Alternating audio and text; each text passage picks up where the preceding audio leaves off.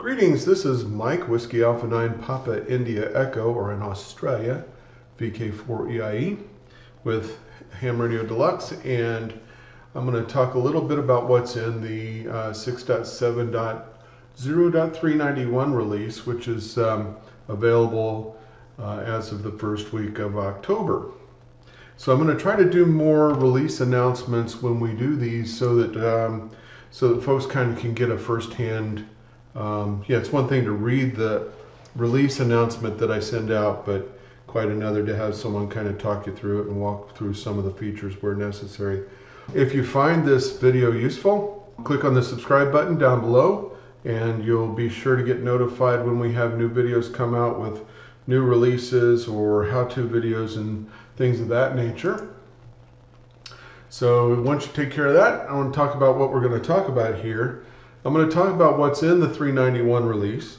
I'm going to do demonstrations of a few different things as we go along.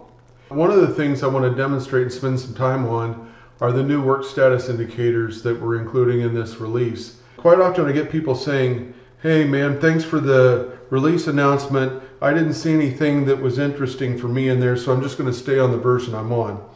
Well, number one, don't do that because there are lots of things that are included from release to release that help improve the performance of the software and so on. So, I would encourage you to stay current with the releases. But when you see what's in the work status indicators and what's coming, you're going to want this. So stick around for the demo, even though I'm going to talk through some of the other items before we go through that. Then I'm going to talk about what we're doing to work other things through the pipeline, because someone will always ask that, gee, thanks for the release announcement, but you didn't really talk about what we're doing with the item that I reported. So I want to talk about how we're going to pick up the pace there, how we look to pick up the pace. And then if you follow through the rest of the video, I'll offer up a coupon code for how you can save some money on Ham Radio Deluxe. Okay, so this release, first and foremost, is for all customers, past, present, and future. So if you bought HRD software in the past, you're entitled to this release. You don't have to buy it. You don't have to buy a renewal. You don't have to pay for it. All you really need to do is just go to www.hamradiodeluxe.com and download it, and you'll get all the content that I'm going to talk to in this right here.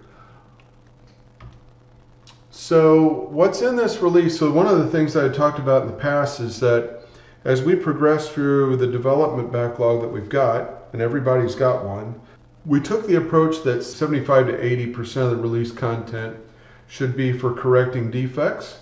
You can call them bugs if you want. And 20-25% should be related to features. So in this particular release, about 25% of the release is enhancements.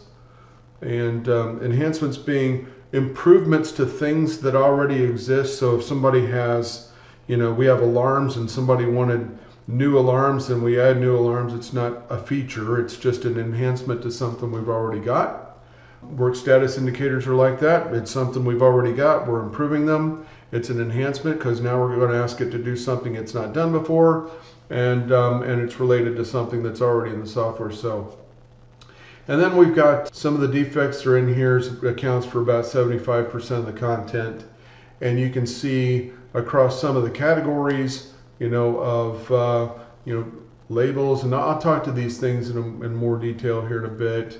But logbook accounts for 15 of the 24, rig control 6, and so on. You can see how it breaks down there.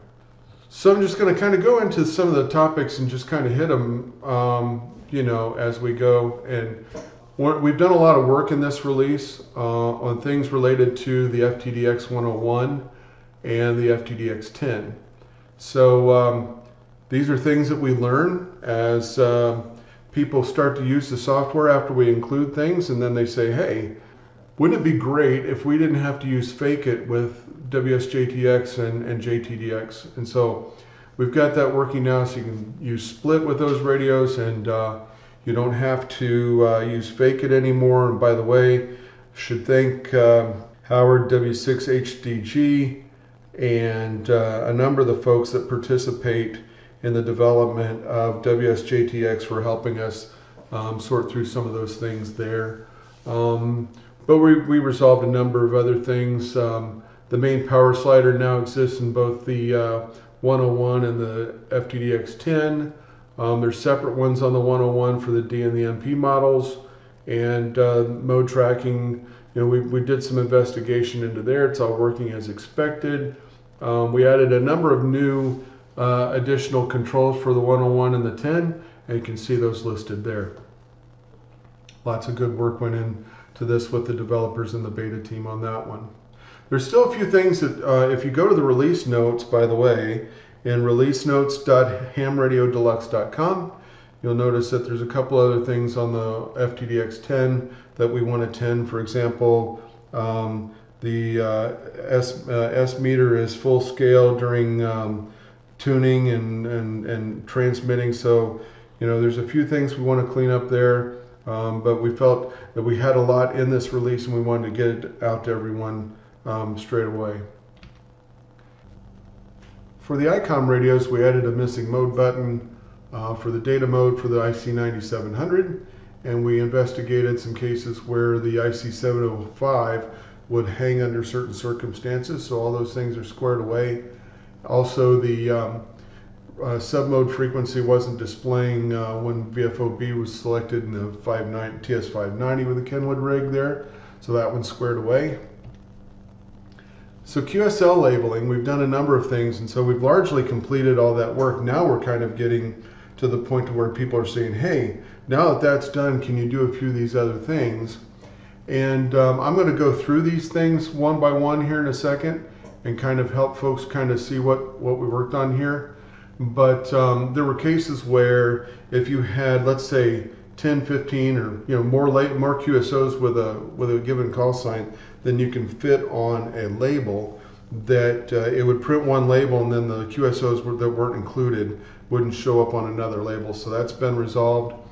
The ability to retain the settings for use month text, toggle band, and draw via there.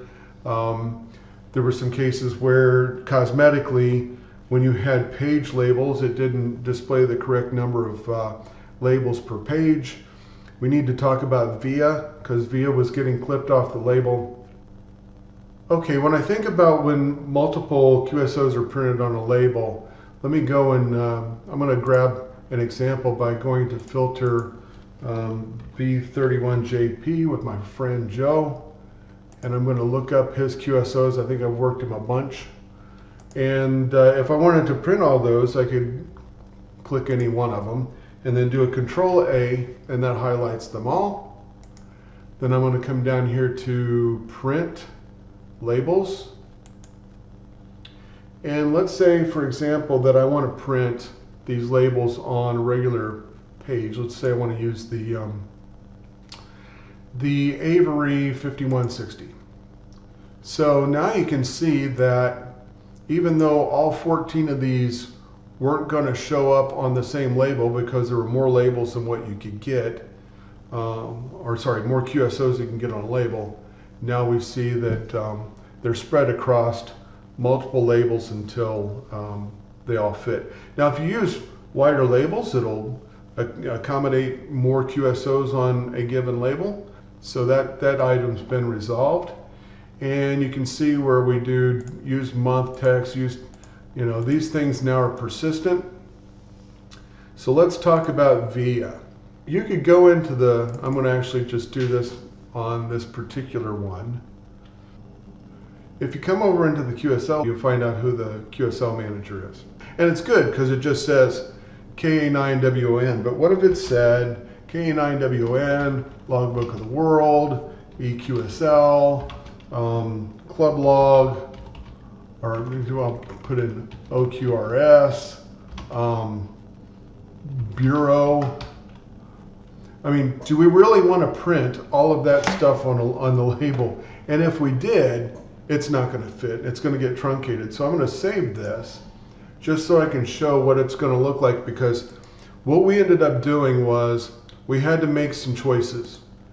And so we assumed that the place that you want to send the label, or the manager, is going to be the first item in the list. And you can rearrange it so that you've got the first item in the list down, but I'm going to show you just using the brother labels to kind of put it up here a little bit closer. So now once you see up here in the top, it says via KA9WON, because it wasn't possible to put all that stuff up there. So if all you really simply have is your list of things, it could be KA9WON, it could plus logbook of the world, EQSL, bureau, direct, whatever. You can put all that stuff in there, but it's going to print anything that shows up at the beginning. So before the first comma is the way it's laid out. So you can see that's why it only printed K9WN, because you don't want all the rest of that stuff on there.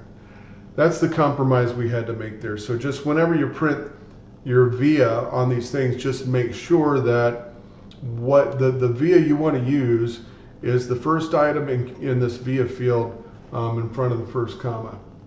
That's what got sorted out with that one. And you'll notice that when we go here and see the selections that were made here, now these selections are retained.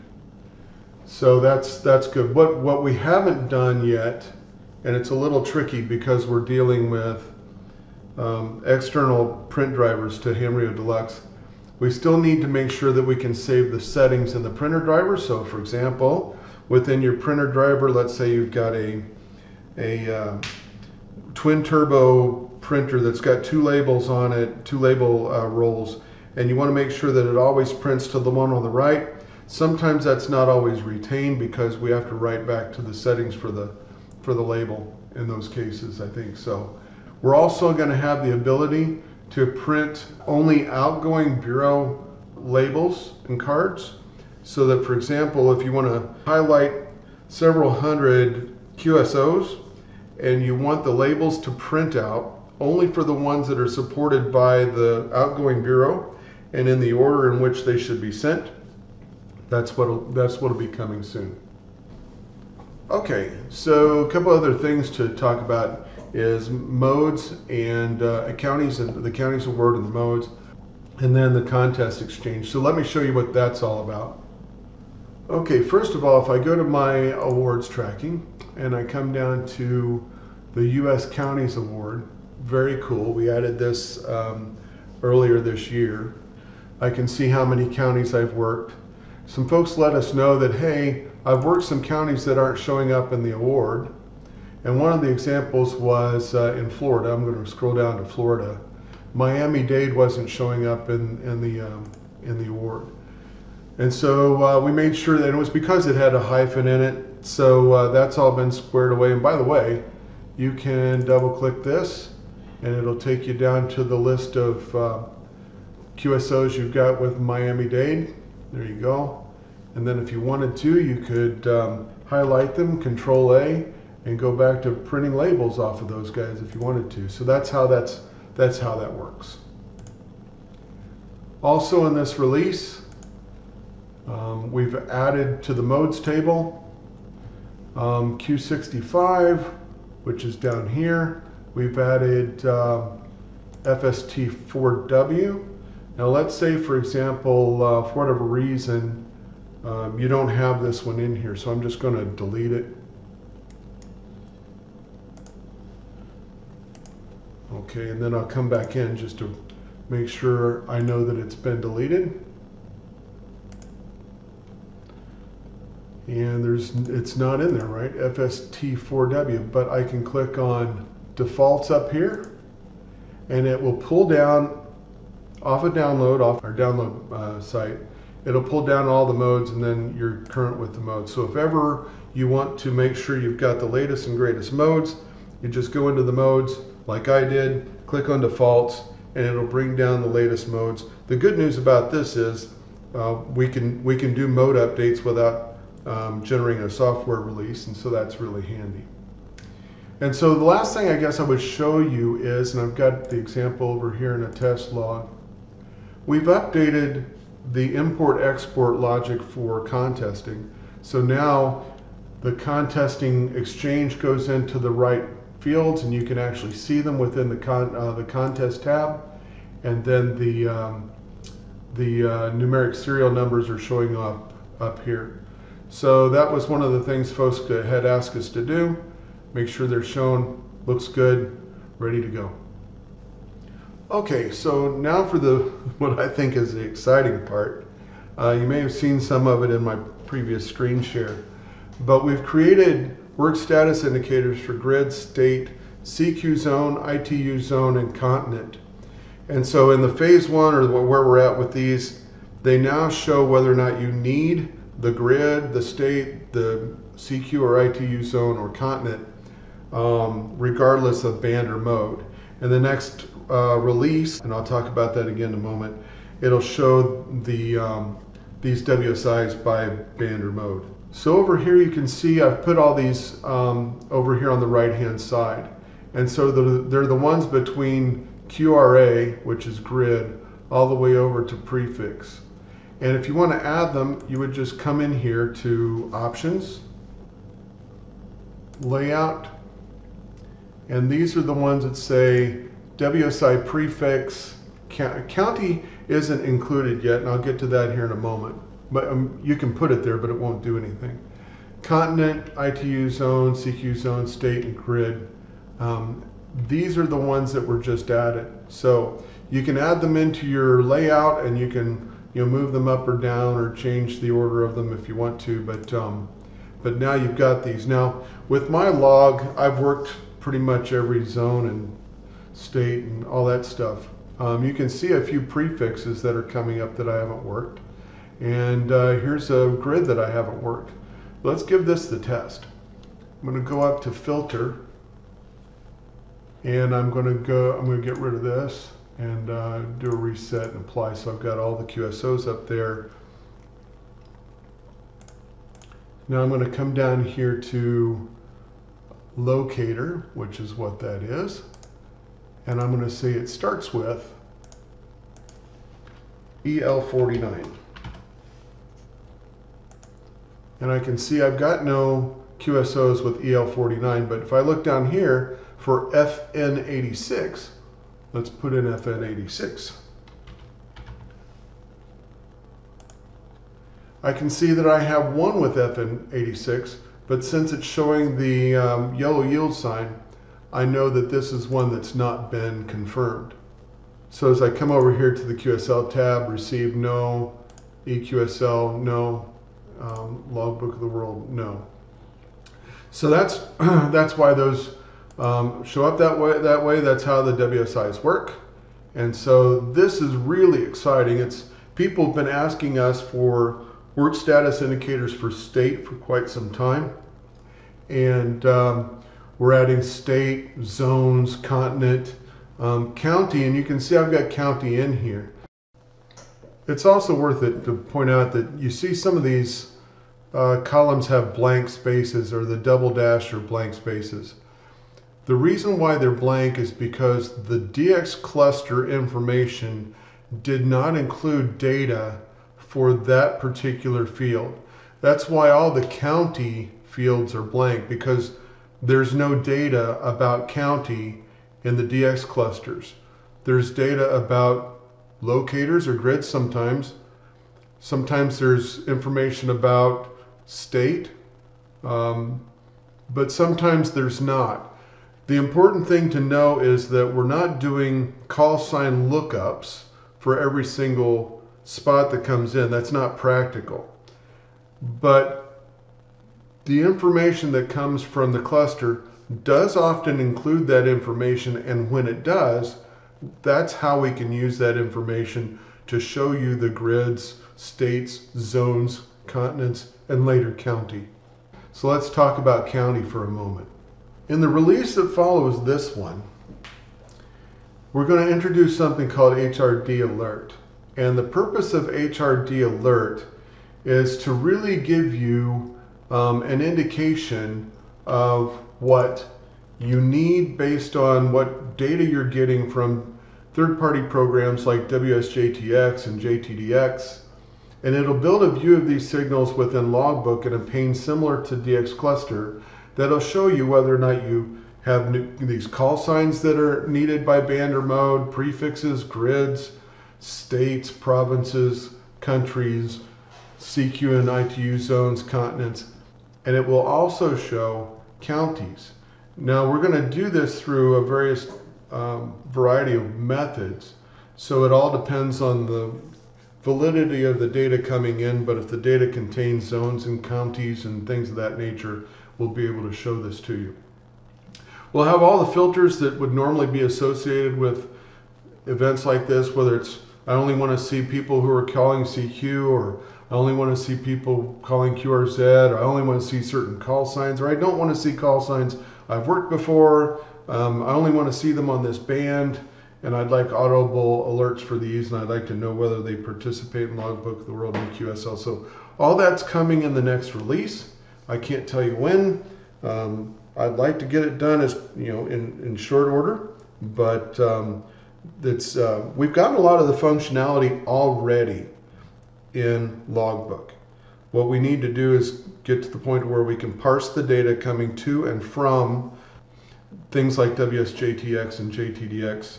And you'll be able to click on these things and then initiate QSOs going back to WSJTX and JTDX, just like you were trying to work them from within Ham Radio Deluxe.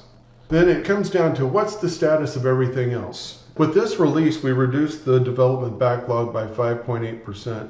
This is pretty good.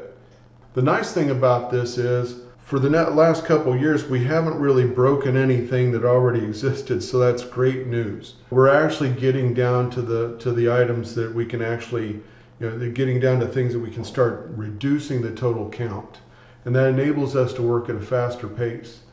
This number where it says 244, less than 60 days ago or 30 days ago, that number was 320. And I'll talk a little bit here in a moment about what we're doing to get that number down. But if you think about it, at our current pace with 244 defects in the development backlog, it would take us 11 releases to eliminate the backlog. And at 4 releases per year, that's going to take 2.5 years. So I want to pick up the pace. How do we pick up the pace? How do we get from 320 down to 244? One of the things that we found is that because there have been a number of people working within Ham Radio Deluxe over the last 10 years, but we've been very stable in our team over the last, since 2017. But there was a lot of content created back in, I'll call it the old days, and that content sometimes fell into a couple different categories, and one of them was duplicates. So we've gone through and eliminated the duplicates and trying to get down to where we have just one single actionable item. We're also retesting, and the retesting has reduced the backlog by more than 10% in the last 60 days. Again, back to the old days, we used to use Mantis as a trouble ticket system. And so there's a number of things that are in there that actually worked all along. It's just that the support technician who was helping them many years ago didn't know exactly how to configure something or make it work. So as we go through these things, we're retesting all the things in the backlog, and then we're bucketizing things. So in the past, if we had a problem with, let's say, importing custom fields or importing HRD application specific fields, we'd go and try to fix that problem. And in the meantime, while we're pretty much focused on the import-export, not looking at anything else. So as we bucketize these things around ADIF as an example, we'll be able to tackle probably 20 things or 20, 30 things that have come up that are unique, but all within that same logic structure, if you will. We've got one radio, it's an FTDX 5000, which I happen to own one, and there are a handful of things, maybe 4, 5 to 7 things with that radio that will crack that radio open, and instead of doing them one at a time, we'll do them as a bundle. That's fantastic. There's also one other thing that is a common cause for issues related to split and mode selections from Logbook's cluster. As an example, when there's some people who report that sometimes when they click on a spot and it changes the band and mode from, let's say, 20 meters phone to 20 meters CW, that it leaves, if you want to go from 14200 to 14020, at the end you're at 14020.66 or 0.7 whatever. And so we know why that's happening now. It's taken us a bit to kind of sort out that there's a common thread for a number of different things. So when we get to the point where we start working on that, we'll be able to knock things out in buckets, and that'll help us get the backlog reduced.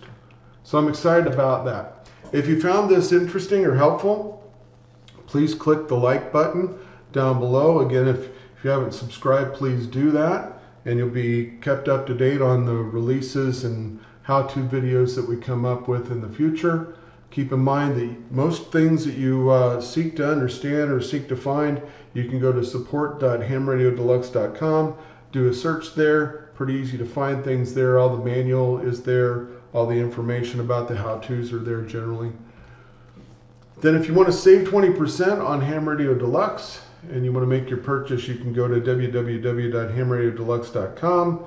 For new and renewal purchases, coupon code YouTube gets you 20% off at checkout. And so for that, this is Mike, WA9PIE with Ham Radio Deluxe. Thank you for listening. 73s.